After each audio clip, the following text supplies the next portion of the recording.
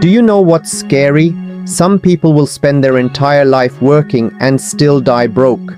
Not because they are lazy, not because they are unlucky, but because of 3 habits they don't even realize are destroying their future.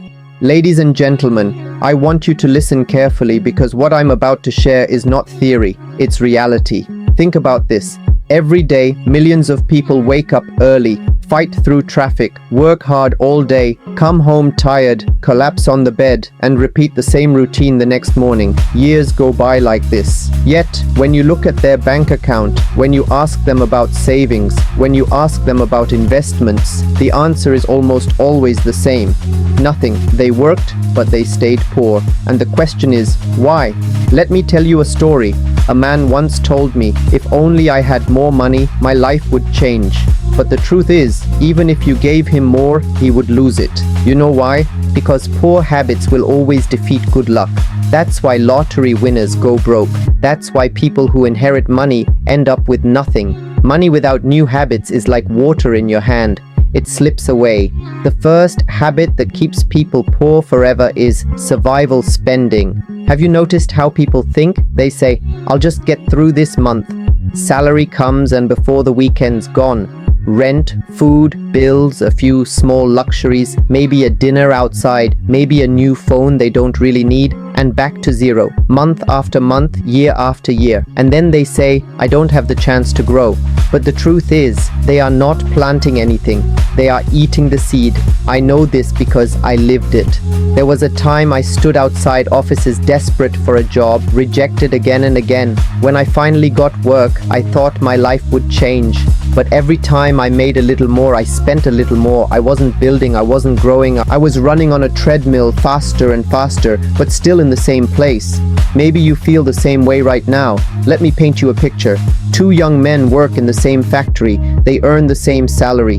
One comes home tired, watches TV, scrolls on his phone, spends money on small pleasures. The other comes home tired as well, but he spends 1 hour learning a new skill. He reads books, he saves instead of buying new clothes every month. 10 years later, the first man is still in the same factory. The second man owns his own company. What's the difference? Not luck, not family, not intelligence, just habits. Here's the painful truth. Poor people stay poor because survival thinking never allows growth. When all you think about is, how do I make it through today? You never ask, how do I build for tomorrow? And the world rewards those who build, not those who survive. Look at J.K. Rowling, the author of Harry Potter. She was broke, raising a child alone, living on welfare. 12 publishers rejected her. She had every excuse to quit. She could have said, I'm poor, I have no chance. But instead of eating her seed, she planted it. She kept writing and that seed became books, then movies, then an empire. She turned words into billions. That is not luck. That is a habit of growth. But here's the dangerous mindset most people carry. I don't have enough, so let me spend what I have to feel good right now.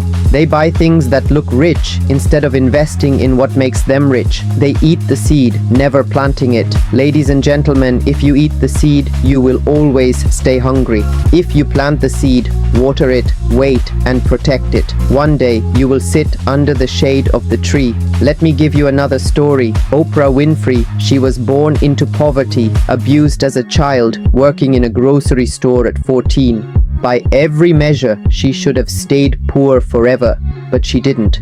She didn't waste her life complaining or spending to escape the pain. She invested in her voice. She invested in her ability to connect. She turned her pain into power. Today, she is not only wealthy, but one of the most influential women in the world. Not because of money at the start, but because of habits. And this is what I want you to remember. Poor people do not stay poor because they don't work hard. Some of the hardest working people in the world are broke.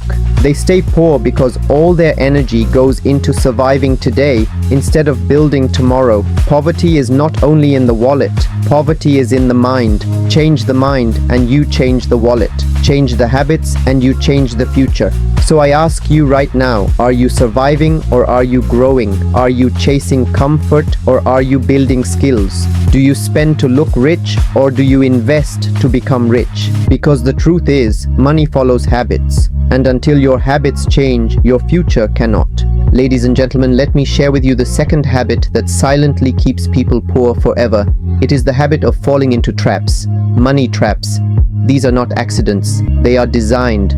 They are in the ads you see, the sales in your malls, the apps on your phone, and if you don't recognize them, you will spend your entire life working hard and still end up with nothing. Think carefully. The moment most people get extra money, what do? Do they invest it? Do they save it? Number, they buy something new, a phone, a car, a bigger TV, new clothes, a fancy dinner. They call it reward. But what they don't realize is this. Poor people want to look rich, while rich people want to stay rich. Warren Buffett still lives in the same house he bought decades ago. Meanwhile, a man earning $500 a month will happily take a loan to buy a $1,000 phone. That is the consumer trap.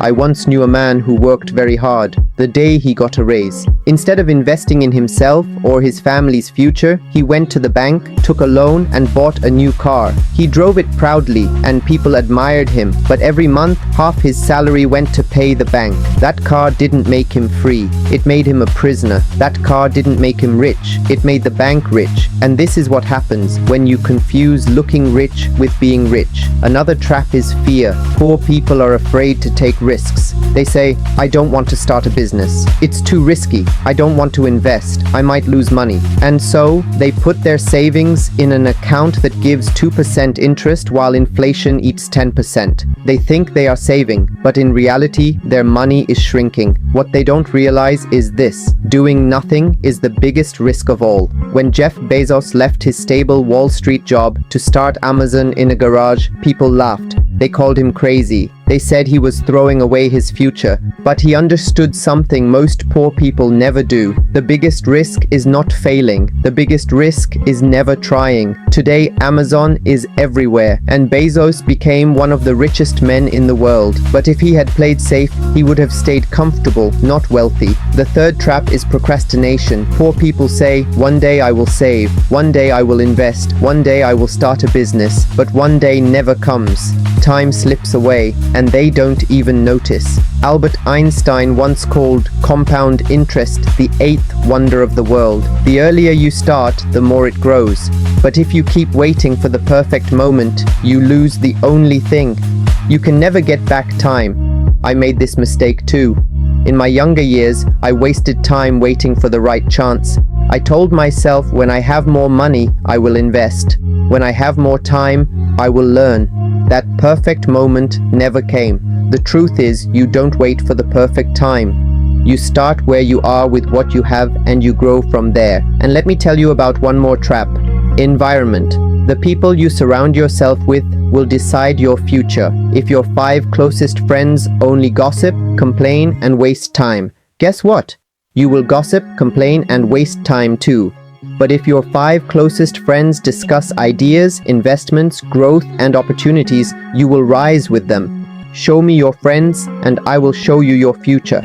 I once saw a group of young men. Some of them spent every night drinking, partying, wasting time. The others spent their nights building small businesses, learning skills, teaching each other. 10 years later, the first group is still in the same place. The second group is running companies. The environment shaped them. The environment pushed them.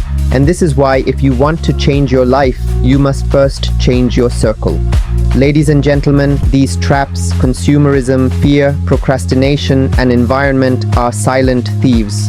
They don't steal your money all at once. They steal your future slowly while you think you are just living life. And unless you recognize and break free from these traps, money will always control you instead of you controlling money. Ladies and gentlemen, let me now take you to the third habit. And this one is perhaps the most dangerous of all. It is the habit of blaming. Poor people always find someone else to blame for their situation. They blame the government, they blame their boss, they blame the economy, they blame their family, but they never look in the mirror. Do you know what I've noticed? Whenever life is hard, the easiest thing to do is to point a finger. If only my boss paid me more, I would be rich. If only the government gave me support, I would succeed. If only my parents were wealthier, I would have a better start. This way of thinking may give you comfort, but it will never give you progress. Because the moment you blame, you give away your power. I once met a young man who told me, "I can't succeed because my father didn't leave me any money." I told him, "That's why you have to succeed, so that your children never say the same about you." Every generation has two choices: to pass down excuses or to pass down opportunities. Poor people pass down excuses. Rich people pass down opportunities. Another side of blaming is complaining. Poor people complain all the time. They complain about their job, but they never learn a new skill. They complain about their pay, but they never try a side hustle. They complain about the government, but they never even try to improve themselves. Complaining is addictive. It makes you feel like you are doing something, but in reality, you are doing nothing. Think about it. Have you ever seen someone complain their way into success? Never. The more time you spend complaining, the less time you have for action. Action creates results. Complaining creates nothing. Let me tell you a story. There were two shopkeepers. Both had the same problem. Their street had very little traffic. One of them complained every day. "The government doesn't care. The city doesn't support us. Customers never come." He sat in his shop waiting for change. The other one said, "If people don't come to me, I will go to them." He started delivering goods to nearby homes. He told his friends, "If you buy from me, I will bring it to your door." Slowly, people began to trust him. His business grew. The first shopkeeper is still there sitting, waiting, complaining. The second shopkeeper is now the owner of a supermarket. Same street, same problem, different mindset. Ladies and gentlemen, the habit of blaming and complaining is like putting chains on your own legs. You think the world tied you down, but in truth, you tied yourself. And as long as you live with excuses, you will never break free. Let me tell you something powerful. Your future is not decided by the government or your boss or your parents. It is decided by the choices you make today. When you blame, you delay. When you take responsibility, you take control. And the day you stop saying it's not my fault and start saying it's my responsibility, that is the day you begin the journey to wealth, freedom, and success. Ladies and gentlemen, let me end with something you must never forget. Poverty is not only about money, it is a mindset. You can give two people the same amount of money, the same opportunities, even the same education, and still one will rise and one will fall. Why? Because one changes his habits and the other keeps repeating them. The truth is, nobody is born poor forever. You may be born with nothing, but if you die with nothing, it is because you chose the wrong habits. I know that sounds harsh, but reality is harsh. Life does not reward excuses. Life rewards discipline, courage, and action. So let me ask you, how long will you wait? How long will you keep blaming, keep spending, keep procrastinating? How many years will you lose before you realize time is slipping away? 10 years from now, you will regret two things: the chances you didn't take and the habits you didn't change. I once heard a wise man say, "Chains of habit are too light to be felt until they are too heavy to be broken." When you are young, wasting 1 hour seems like nothing. Spending a little more than you earn seems normal. Complaining feels harmless. But year after year, these small habits pile up until one day you wake up at 40, 50, 60 and you realize it's too late.